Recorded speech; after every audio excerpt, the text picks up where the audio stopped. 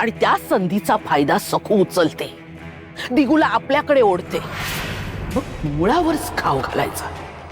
दोघांना दोन दिशेला पाठवलं की प्रश्न येतच नाही.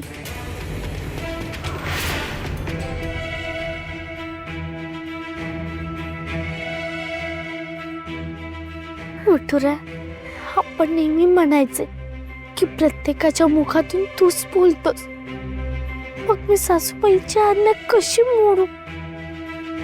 तू सासूबाईंच्याच मुखातून बोललास असं मी मानते.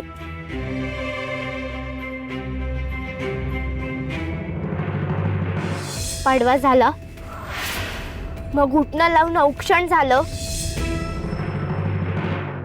विठुरा, मैयप्पांना पाडव्याला तेल उठणं लावायची, औक्षण करायची.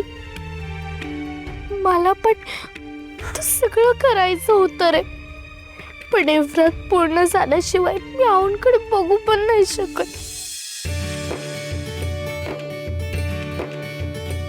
मोती, आपण बाहेरगावी चाललोय ना, तर सखूचा माझ्या बायकोचा रे खूप हिरमोड झाला असेल.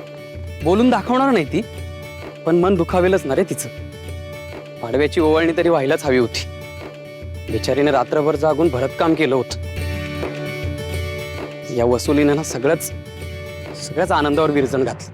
थोडक्यात काय, कुठे नाक दाबायचं, कुठे पायात पाय घालायचा हे समजायला हवं.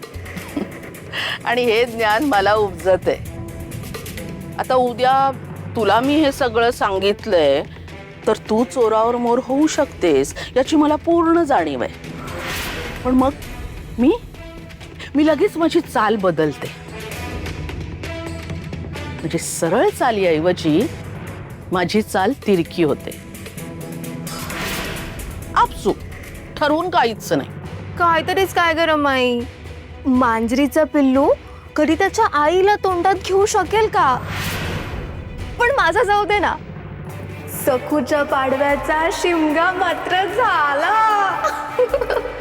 नाही ग, माझं मुख्य उद्दिष्ट हे नाहीच आहे. दिगू बाहेरगावी गेलाय, अगदी 4-5 दिवसांसाठी गेलाय. आता बाबाजींना दिलेला शब्द पूर्ण करायचा. सखूला वाजत गाजत मठात न्यायचं. त्यासाठीच हा फास आवडलाय.